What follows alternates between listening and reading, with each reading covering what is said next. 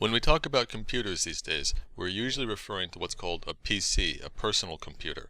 A computer that comes in basically one of two configurations, a desktop or a laptop system. A desktop is a non-portable system where the actual screen, the display, the monitor, is a separate unit from the computer itself, which is usually this small tower.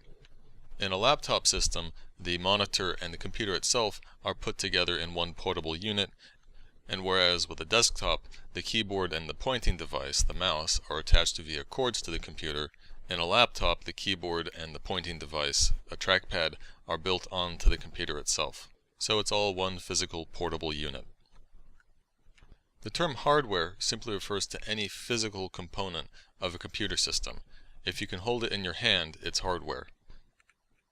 Software, in contrast, is not physical. Software is simply the instructions which are executed by the computer. What we call a program is just a piece of software. It's some set of instructions for some coherent purpose. Programs can be written to do all sorts of things, but here's the list of what are probably the 9 most commonly used types of programs today. First off, a word processor is simply a program for creating and editing textual documents. A spreadsheet is a program mostly used in business. It presents the user with a grid of rows and columns into which the user can plug data, and then the user can have the spreadsheet perform calculations upon these rows and columns, and also do things like, say, draw charts from this data. When people talk about using the internet, what they're usually really talking about is using a web browser. A web browser displays web pages, which are textual and graphical documents which are retrieved from other computers out there on the internet. By far, web browsing has become the most popular thing to do with a computer. Web browsing probably now takes up over 90% of the time people spend using computers. An email client is a program you use to send and receive email. An email, very simply, is a textual message you send to another user on the internet. An instant messenger is also a program you can use to send textual messages to other people on the internet, but it works a bit differently. Email is like sending a letter. You send it off, and then it sits in the recipient's mailbox until they check their mailbox. With instant messaging, it's expected that the recipient is also running an instant messenger at the time you send the message, and the message then instantly appears in their instant messenger program. The message doesn't sit and wait in a mailbox until they check it later. With most instant messengers, you can't send a message to someone who isn't currently running their instant messenger program. So instant messaging, or IMing as it's called, is more appropriate for immediate conversations. It's more like a chat room. Except the messages are still private, like with email. They only get sent to one recipient. A media player, unsurprisingly, is a program for playing media. And when we say media, we mean mainly video and audio. So say if you put a DVD in your computer and wish to play it, you use a media player to do so. An image editor, of course, is a program for creating and manipulating digital images. By far, the most popular program for this purpose is a program called Photoshop.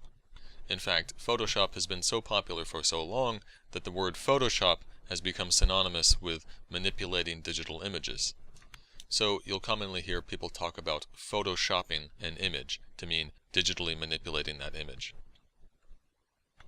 Most video these days is now digital, and so it's edited on computers using programs called video editors. Even stuff that's still shot on film these days is edited with video editing software because it's just that much easier to do it in a computer rather than having to deal with all this physical film. And finally, the last type of program to mention, games. And games, of course, run the gamut from the very early video games like Pac-Man and Pong to simple card games like Solitaire, and then today's modern games with complicated 3D graphics. Actually, there's one more important type of program to talk about, and that's what's called an operating system. An operating system is a very different kind of program because it's not one you use to accomplish any particular task. It's a program you use to run other programs. It's the operating system in a modern computer which allows it to run multiple programs at once. When you power on your computer, the first thing it does is it loads the operating system which you have installed on that system. Once the operating system has loaded, you can then use its interface to launch other programs. For the last 2 decades, the most popular operating system to run on PCs has been Microsoft Windows, the latest version of which is called Windows 7, and that was released in 2009. The version before that was called Windows Vista, and the version before that was called Windows XP. Here in 2010, you should be at least using Windows Vista, if not Windows 7. A lot of people are still running Windows XP, even though they really shouldn't, for reasons I'll explain later having to do with security. You generally shouldn't run very old software. The 2 main alternatives to Windows are an operating system called Linux and Apple's operating system called Mac OS X. Linux is interesting because it's an example of what's called free or open source software, meaning that anyone is legally allowed to use, copy, and modify the software. So as a user, that means you don't have to pay for it. Only about 2% or so of users worldwide use Linux on their PC, but Linux otherwise is a very successful piece of software because it's used in all sorts of other devices, like probably your car or your cell phone or your toaster or your cable box or your TiVo. Tons and tons of stuff out there runs Linux, even though it's not very popular on PCs. Mac OS X, in contrast, has become increasingly popular in the last 10 years, and now it accounts for maybe 10% of PCs, at least in the United States. OS X is certainly not free, and in fact, Apple only wants you to run OS X on computers which you buy from them, even though the hardware which Apple sells internally isn't really any different than what you can buy, say, from Dell. The cases are different, and they make their own keyboards and mice, but otherwise it's just the same stuff. However, to stop people from running OS X on hardware which they themselves do not sell, Apple put a check into OS X such that when it loads, it looks for the specific chip, and if your hardware doesn't have this chip, which only Apple sells, OS X will not load. So just be clear what you're paying for when you buy an Apple computer. Apple charges a 30 to 50% premium for the same hardware you can buy from other computer makers, but people pay it because they like Apple's nice shiny case design, but most importantly because they want to run OS X, and the only way they can do it is by buying their computer from Apple. Now, whether you use Windows or Linux or Mac OS X, the user interface is generally about the same in each of them. Many details differ, but the big ideas are really just the same. So, while the material I'm about to cover is a bit biased towards Windows, it's for the most part applicable to all 3 different operating systems. So, first off, the central concept in the user interface of all of these operating systems is that of a window, which is in fact why Microsoft calls their operating system Windows. The point of a window is that in a modern operating system, we want the ability to run multiple programs at once. And what that means is when you have multiple programs running, each program can't monopolize the entire screen. They need to share screen space. And so the idea is that each program is presented on the screen as its own box, a window. And that window you can move around, and the windows can overlap each other, and you can resize the windows to your liking. And each window has 3 basic components. You have at the top, you have the title bar where it says the name of the program. You have a border around the window, and then you have the content pane, the space where the actual program interface is displayed. So whatever the program wishes to show the user, it gets displayed in the content pane. To interact with these windows, users need a pointing device, and on desktop PCs, that's going to be a mouse. What the user is currently pointing at on screen is represented by a cursor, which is usually just a little arrow, and they move the cursor around by moving their mouse around on the desk. And the typical mouse these days has 3 buttons, a left button, a right button, and a middle button, and the middle button on most mice these days doubles as a scroll wheel. So you could push it in to click that button, or you can actually roll the wheel up and down. By far, the most important button is the left mouse button. It's the one you'll be clicking the most. And if you're right-handed, you should be clicking it with your index finger. If you're left-handed, most mice you can configure so that the buttons are swapped. So what we call the left mouse button is actually the right mouse button. So that's something you may want to do if you're going to be moving the mouse with your left hand. A lot of left-handed users just get used to using the mouse with their right hand, or they simply just learn to click with their ring finger rather than their index finger. In any case, what clicking the left mouse button actually does is really up to what is under the cursor on the screen. When the cursor is over something on the screen which looks like a pressable button, clicking the left mouse button should press that button. For many other things, when you click the left mouse button, what it does is it selects that thing underneath the cursor. And in other cases, clicking the left mouse button simply will change the focus, what's called keyboard focus, to the thing which you click on. And by giving a thing keyboard focus, it means that when you type keys on the keyboard, those keystrokes apply to the thing that's been given focus. For example, when you wish to use the keyboard to interact with a window, you need to make sure that window first has keyboard focus, otherwise your keystrokes aren't going to apply to that window. Some things on screen can be interacted with by clicking and dragging them. To click and drag simply means to click the left mouse button, but hold it down, then move the mouse, and then release the left mouse button. So for example, the thing we use click and drag the most for is to move our windows around and then also to resize them, to make them bigger or smaller. So here I have this single window. I click on its title bar and hold the mouse button down as I move the mouse around. I let go and the window is repositioned.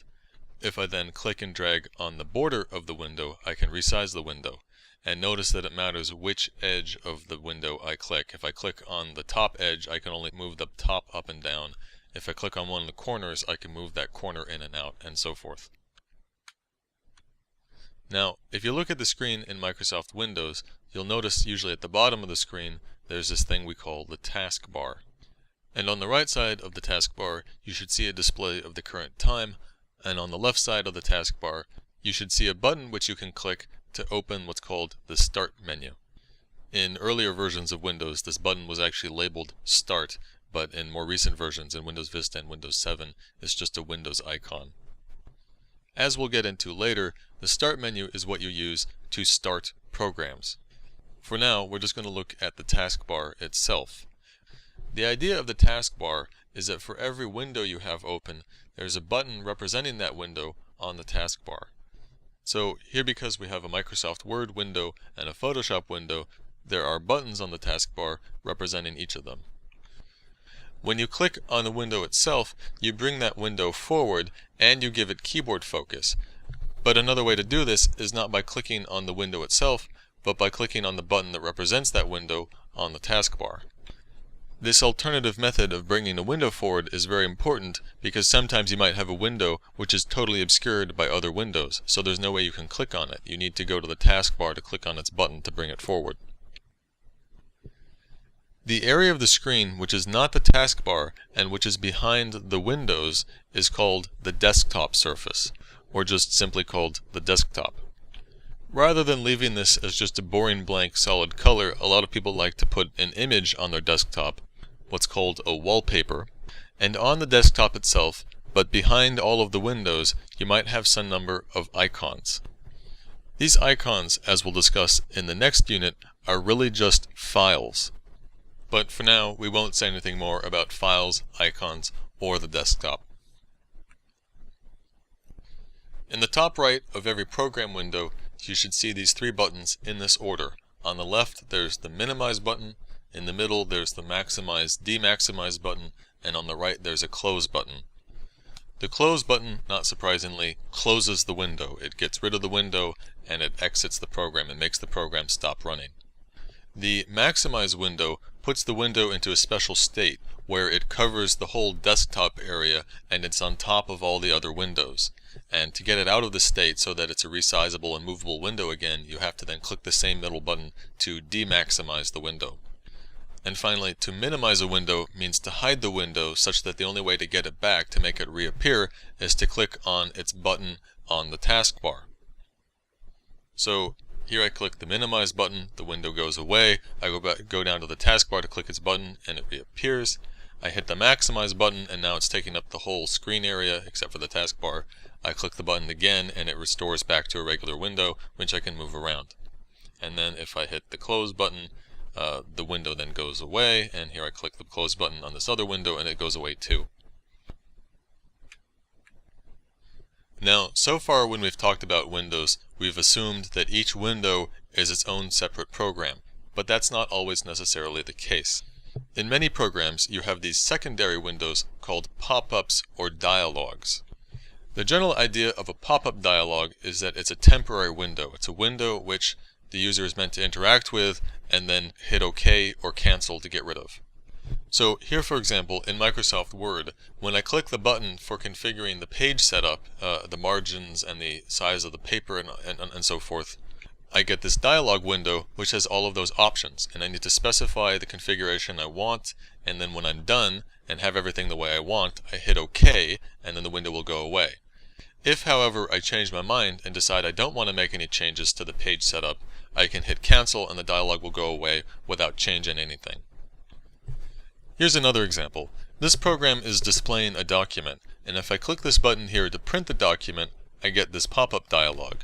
And the window contains all sorts of complicated options about how I want to print the document, and then there's a button for OK and a button for cancel. If I were to click OK, the document would then print with all of these options. If I were to hit cancel, it would just cancel the whole printing, and the dialog would go away. Notice what happens though with this dialog when I try and click on the main window. When I try and do that, when I try and interact with the main window again, it doesn't let me because the dialog is still open. So dialogs very often do this. They block any interaction with the main window. So you have to get rid of the window by either hitting OK or cancel. And note that this dialog has the big red X close button in the top right. If you click that, it's the same thing as clicking cancel. Dialogues come in varying degrees of complexity. Like say in the top right here, a fairly complicated one is this dialog for opening a file. And very commonly, you'll see simple dialogues like this, which are simply asking us to confirm if we really want to do something. In this case, do I really want to delete this file, yes or no? And then annoyingly, sometimes you get these dialog windows which don't want to ask you anything, they just want to tell you something, and you have to hit OK to make them go away. And dialog windows of all kinds tend to be annoying to users for basically two reasons. The first is they very often block interaction with the main window, and the second reason they can be annoying is because it's very easy for these little dialog windows to get lost behind other windows. And unlike with program windows, these dialog windows don't usually have a button representing them in the taskbar. So if they get lost behind other windows, the user might not even be aware that the dialog window is there. Finally, we should be clear that there are cases where a single program is made up of multiple windows, and those other windows aren't necessarily dialogues, because you're not meant to interact with them and then hit OK or cancel. Like here, for example, in this image editing program, you have the window with the image itself, and then we have this separate window with all these little tools we can use to manipulate the image. The designers of this program could have simply put these things together in one window, but they decided that users would want the flexibility to position these things separately, so they made them separate windows. While every program interface is different, you'll find that there's a set of commonly recurring elements that show up in all sorts of programs. Program designers call these common elements widgets. For example, the simplest and probably most common kind of widget is simply a button. A button is simply something the user is meant to click to perform some action, and the textual label on the button or some icon on the button is meant to indicate what that action will be. So here, for example, the button labeled close self-evidently will close this dialog window, but what this button labeled manage does is less obvious. You generally have to look at context, like here you can see it has something to do with default search, whatever that means in this particular program.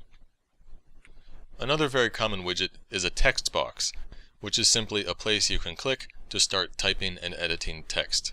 This text box here already has the text http://www.google.com/, but you can click and type in this text box to change that.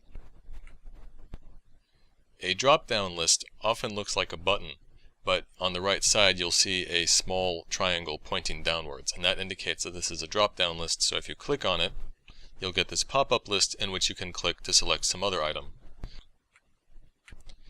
A checkbox is simply a small little box which you click to toggle the check on and off. In this example, the checkbox is currently toggled on, and the text next to the checkbox indicates what this checkbox does. These little circular buttons aren't checkboxes, they're called radio buttons. The idea with radio buttons is that you have a group of them and only one thing in the group can be selected. So here we're given three choices: open the home page, reopen the pages that were open last, or open the following pages. And currently we have selected the top selection, open the home page. At the top of this window we have a group of tabs, one labeled Basics, one labeled Personal Stuff, and one labeled Under the Hood. The idea behind tabs is that the program needs to display more stuff than will fit in the window, so it puts all this stuff onto different tabs, and at any moment in time you're only looking at one tab. You can see here that the Basics tab is currently highlighted. It's a different color because that's the tab we are currently looking at. But if I now click on Under the Hood, the content displayed in this area changes. And here now we see another kind of widget, a scroll bar, which is also a widget for coping with the problem that we have more stuff to display than will fit in our window. Every scroll bar has an associated display area called a scroll pane. And right now the scroll bar is indicating that we're not seeing the entirety of this scroll pane. We're currently looking only at the top. But we can click and drag the scroll bar up and down to see the rest of the scroll pane. Finally, the last kind of widget I'll mention is what's called a menu bar. In most program windows, you'll find a menu bar directly beneath the title bar.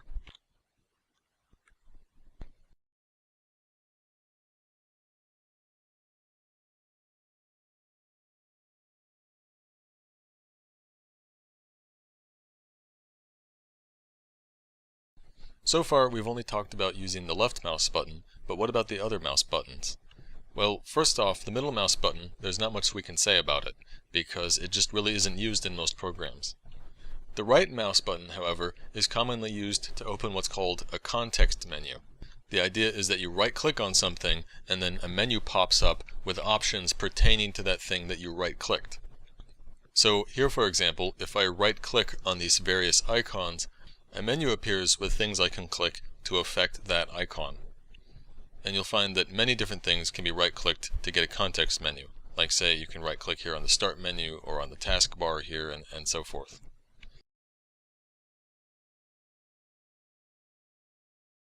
A common mistake inexperienced users make is that they don't think to right-click on things. In many programs you'll have features which are best accessed through the context menu, or in some cases which can only be accessed through a context menu. So when in doubt, try right-clicking on things. Now, as for the scroll wheel on a mouse, it's really just a shortcut for moving the scroll bar up and down. So rather than mousing over and clicking on the scroll bar and dragging up and down, you can just scroll the mouse wheel up to move up, or scroll it down to move down. A double click is when the user clicks the left mouse button twice in quick succession. Very often when you have something you can select by clicking on it once with the left mouse button, you often also can double click those things to open them or activate them. And what exactly it means to open something depends upon the context. But for example, the most common case of double clicking is on files. When you double click a file, the file opens. Now, a lot of users at first have trouble double clicking because they don't click quickly enough. What also tends to happen is that in between the first and second click, the user will move the mouse too much, and when you do that, it doesn't register as a double click. When you double click, you want the cursor to remain in the same place for both clicks. If it moves slightly, that's usually okay, but if it moves too much, it won't register as a double click. The good news though is that double clicking isn't all that necessary, because you can always just select something and then hit the Enter key on the keyboard, and that usually does the same thing as double clicking something. Now we can talk about the Start menu. The Start menu I mentioned in passing is a menu which you get by clicking this button on the left of the taskbar, and is what you use when you wish to start a program. It's also where you can go when you wish to open the control panel and some commonly used folders, and we'll talk about the control panel and folders in later units. The Start menu is also where you go when you wish to shut down the computer, to turn it off, or when you wish to restart the computer. That's what this button in the bottom right does. It's the button for shut down and restart. Or I should say, it's actually a pull-down list. If you click that little triangle on the right, you'll see the button you click when you wish to restart instead of shut down. These words along the right side of the Start menu are buttons for common folders and the control panel, which again we'll discuss in a later unit. It's this white section along the left where you see the list of programs. If you look closely here, you'll see that these top 3 programs are divided from the rest of the list by a faint gray line. The programs in the top section of the list are the ones I've chosen to put there. They're called the pinned programs because I've explicitly pinned them to the Start menu so that they should always appear here at the top. The rest of the programs in the list here are recent programs. They are programs which I have opened recently. And as I launch other programs, this part of the list is updated automatically based upon what I've most recently opened. So the pinned programs here and the recent programs here are just a selection of all the programs I have installed on my system. If I want to see all of the programs that I have, I come down here to this button labeled All Programs. And when I click it, I get this scroll list containing everything generally in alphabetical order. Now, perhaps you don't want to go into the full list to try and find a program, or maybe you're trying to find a file. Well, you have this text box down at the bottom which you can type in to search. So for example, if I type W and O in this search box, then it shows me a list of search results which all match on the letters W followed by O. And here at the top of the search results you can see it lists 2 programs, Microsoft Word and also WordPad. So supposing I wish to open Microsoft Word, I don't have to hunt through a list. I can just open the Start menu, type W and O. I don't even have to complete the whole word. I don't have to write W-O-R-D. And then I can select Word by clicking on it. Now's a good time to take a look at the keyboard. First off, in the top left corner, you have a key labeled ESC, which is short for Escape. The Escape key isn't used all that much in today's programs, but it generally can be used as another way to dismiss dialog windows. It's like hitting Cancel. It also sometimes can be used to deselect something if you have it selected. The function keys are at the top of the keyboard and labeled F1, F2, F3, F4, and so forth up to F12. These keys aren't used very much today either in most programs, and when they are used, their meaning varies from program to program. 3 more keys which are hardly used anymore are the print screen key, the scroll lock key, and the pause key. In Windows, you can hit the print screen key to capture a screenshot of the current image on the screen. When you hit the scroll lock key, you'll notice that it toggles on this light on your keyboard. The light is meant to indicate whether scroll lock is currently on or off, but this is an archaic holdover. Modern operating systems like Windows and modern programs just have no concept of scroll lock, so in practice this key just doesn't do anything. Similarly, the pause button just has no general meaning in most programs. However, in many games you can hit the pause button and it will pause the game, but aside from that it's just not really used anymore. At the bottom of the keyboard you'll find 2 keys, both labeled CTRL, which is short for Control. Both of these keys do the same thing. There's simply 2 of them for the sake of convenience. The idea behind the Control key is that in many programs you have what are called keyboard shortcuts or key combos, wherein to perform actions, rather than having to click on something, you can hold down the Control key and hit some other key, like say a letter like W. And that key combination of holding Control and then hitting W is the same as clicking on, say, some button. You'll also find at the bottom of the keyboard on both sides of the space bar a key called Alt, which is short for alternate. The Alt key is often used in combination with the Control key in key combos, but also the Alt key is used in what are called accelerators. The idea behind accelerators is that you will notice that in menu bars of programs, certain letters are underlined, and the idea is that you can hold Alt and hit that letter, and it's the same as clicking on that menu. And then in the menu that appears, you'll see that some items have certain letters underlined, and if you hit the letter on the keyboard, it's the same as clicking that item. So the Control key and the Alt key are basically about keyboard shortcuts. For things we do repeatedly and very frequently in programs, it's nice to have keyboard shortcuts because it's often easier just to hit a couple keys on the keyboard rather than having to move the mouse and click. One more key you'll see 2 of at the bottom of your keyboard is what's called the Windows key. and it's usually labeled with the Microsoft Windows icon. If you hit this key, it's the same as clicking on the Start menu button, and the Windows Start menu will pop up. Also, the Windows key is used in a number of shortcuts for Windows itself. For example, if you hold the Windows key and hit M, that will minimize all of your windows. The key to the right of the right side Windows key is called the context menu key, and as the name implies, when you hit this key it will pop up a context menu of whatever you have selected. This is just another convenience for cases when you don't want to use a mouse. On most keyboards you'll find these 6 keys grouped together: Insert, Home, Page Up, Delete, and Page Down. The Page Up and Page Down keys, as the names imply, are simply more conveniences for scrolling. When you hit Page Up, it scrolls up. When you hit Page Down, it scrolls down. When you hit the Home key, your text cursor will jump to the front of the line you are editing, and when you hit the End key, your text cursor will jump to the end of the line you are editing. The Delete key will delete the character immediately after your text cursor, or if you have something selected, it will delete what you have selected. The Insert key usually doesn't do anything. It's another archaic holdover. What it used to do in most programs is it would toggle between 2 text editing modes.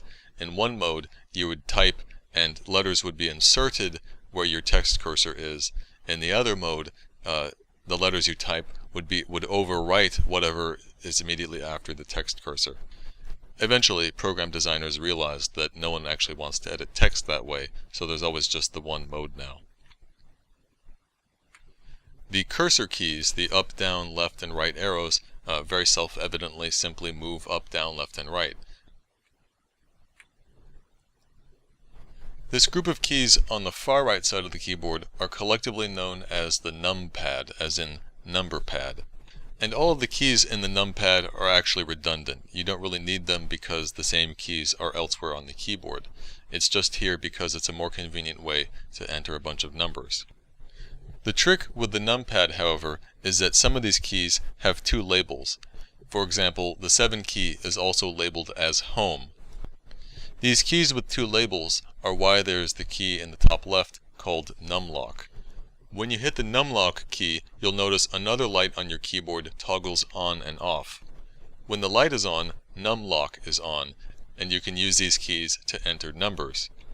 When the light is off, numlock is off, and hitting these keys won't insert numbers. Instead, when you hit 7, it's the same as hitting the Home key. So if you ever find yourself trying to use the numpad, but it's not entering numbers, just make sure numlock is on. Frankly, this is a very annoying feature. I think most users would much prefer it if numlock were always just on by default. If you've ever used a typewriter, you should be familiar with the Shift keys. When you hold a Shift key down and then hit a letter like J, it'll insert an uppercase J rather than a lowercase j. Also, you have a number of keys on the keyboard, like say the number keys, where there is a secondary character written above. Like say the 1 key has an exclamation mark above it. That indicates that when you hold Shift down and hit the 1 key, it will insert an exclamation mark rather than a number 1. The caps lock key, which is above the left Shift key, is another key which toggles between 2 modes. When you hit the caps lock key, you will notice this other light on the keyboard toggle on and off. When caps lock is on, hitting a letter key will insert an uppercase character, and holding Shift and then hitting that same key will insert a lowercase character, so it effectively reverses the normal behavior with Shift. However, this reversal only affects the letter keys, so if you want to insert an exclamation mark, you still have to hold down Shift when you hit the 1 key.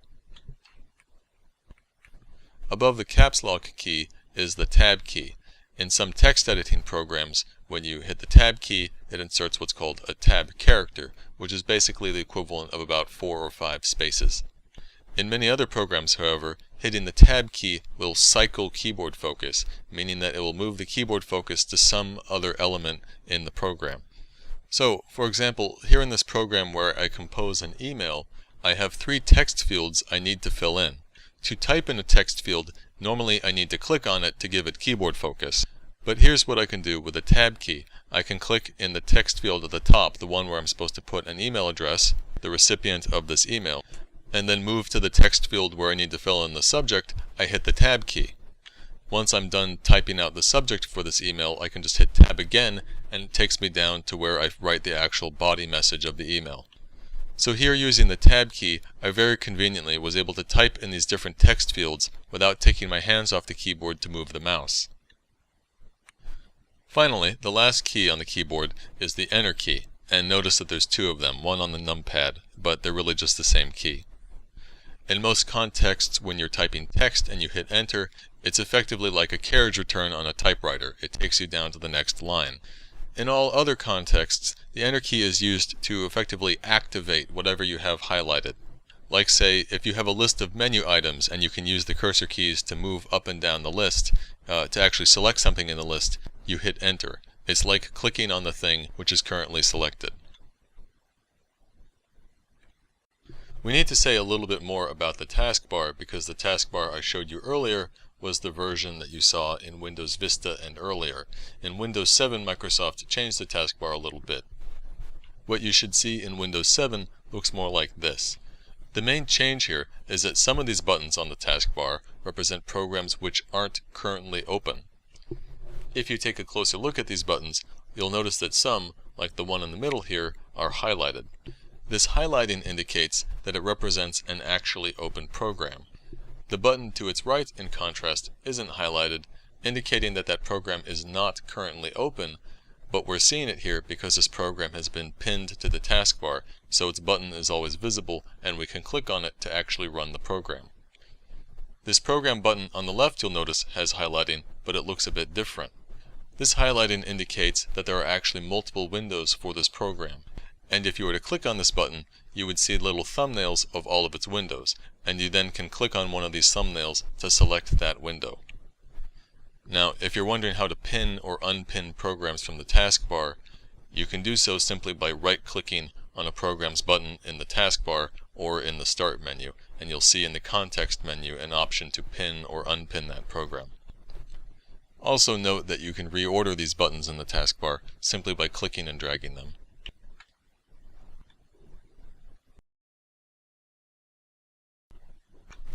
You may have noticed that the taskbar includes a section of smaller icons off to the right next to where the time is displayed.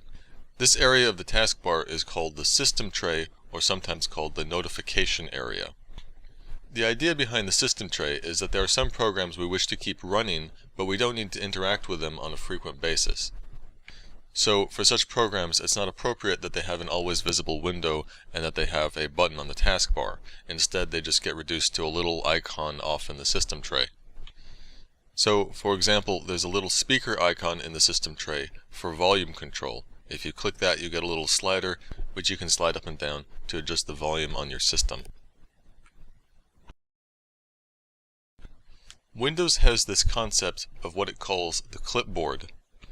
The idea of the clipboard is that it is a program-independent place where we can put data, and then we can take the data on the clipboard and then copy the data back to other programs. Most commonly, this data is just text, but it can be image data, or it can be, as we'll see in the next unit, it can be either files or folders, among other things. The way we use the clipboard is with three operations called copy, paste, and cut. A copy operation, as the name implies, copies data to the clipboard. A paste operation copies the data from the clipboard into a program, and then the cut operation is a variant on copy. It's the same thing, except after copying, it will delete the original data. So cut is what you use when you wish to move something rather than copy it. So, for example, say I'm editing text in Microsoft Word, and also at the same time I'm editing text in Notepad. If I wish to copy this text from Word to Notepad, I first highlight the text I wish to copy, then right-click on the highlighted text, and then in the context menu I select Copy. That copies this highlighted text to the clipboard. I then go into Notepad and I place the keyboard cursor where I wish to insert the text. I then right-click there and select Paste in the context menu. That copies the text from the clipboard to right here where I have the keyboard cursor. Now, very importantly, we only copied the data from the clipboard. The data is still there in the clipboard. So if I move the keyboard cursor and paste again, it inserts the text once more. So in fact, as long as something remains on the clipboard, you can paste it as many times as you like. Also, very importantly, we can paste data from the same program which we originally copied that data. So I can go to Word here and paste this text as many times as I like. So here now the text is repeated 3 times.